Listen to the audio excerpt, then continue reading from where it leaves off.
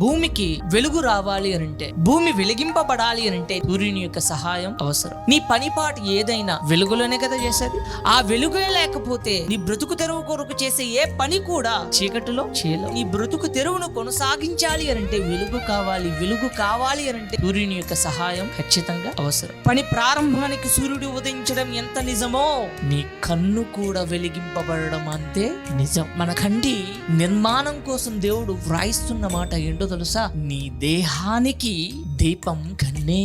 ఆ కన్నే చెడిపోతే, చెడగొట్టుకుంటే, ఆ కన్నే చెడిన కన్నులుగా మారితే, కంటికి మసగబారితే దేహమంతా చీకటిమయమైపోతుంది. ఆ దీపమే వెలిగితే దేహమంతా వెలుగుతూ ఉంటుంది. దేహాన్ని వెలిగించే దీపంగా ఉన్నాయా అంటే చెడగొడుతున్నాయి. దేహాన్ని వెలిగించుకోవలసిన ఆ కళ్ళు ఆర్పే దిశగా నరుడు ఈ రోజు కన్నులను వాడుతున్నాడండి. తల్లిదండ్రులైన మీరే స్కూల్కి పంపించిన ఒక కుమార్తె తిరిగి ఇంటికి వచ్చేంత వరకు గడప దగ్గర పడిగాపులు కాస్తున్నారు. ఎందుకు అంటే ఈ రోజు విద్యను అభ్యసించడానికి, బ్రతుకును బాగు చేసుకోవడానికి వెళ్ళిన నా కుమార్తె సురక్షితంగా వస్తుందా రాదా అన్న భయం మీలో లేదా? ఎందుకు అంటే ఓర చూపులు అడుగడుగున వీధుల్లో ఉన్నాయి, స్కూల్లో బయట ఉన్నాయి, కాలేజీలు బయట ఉన్నాయి, ఆటోల్లో ఉన్నాయి, బస్సుల్లో ఉన్నాయి, ఎక్కడ కనబడితే అక్కడ ఓర చూపులు ఉన్నాయి. అందుకే మొబైల్ చూసే ముందు వాక్యాన్ని చూడు. ఇది చెరుపుతుంది అనేది ఏదైనా ఉంటే దాన్ని చూసే ముందు వాక్యాన్ని చూడు. మరలా దాని దగ్గరకు వెళ్ళవు. ఈ రోజు మొబైల్ చేతిలో ఉన్నంతగా బైబిల్ ఎవరి చేతుల్లో ఉంటుంది చెప్పండి? బ్రతుకును బాగు చేసేదేమో, కంటిని వెలిగించేదేమో, దేహాన్ని వెలిగించేదేమో, జీవితాన్ని నిలబెట్టేదేమో బీరువా పైన పెడతాం, తలకడ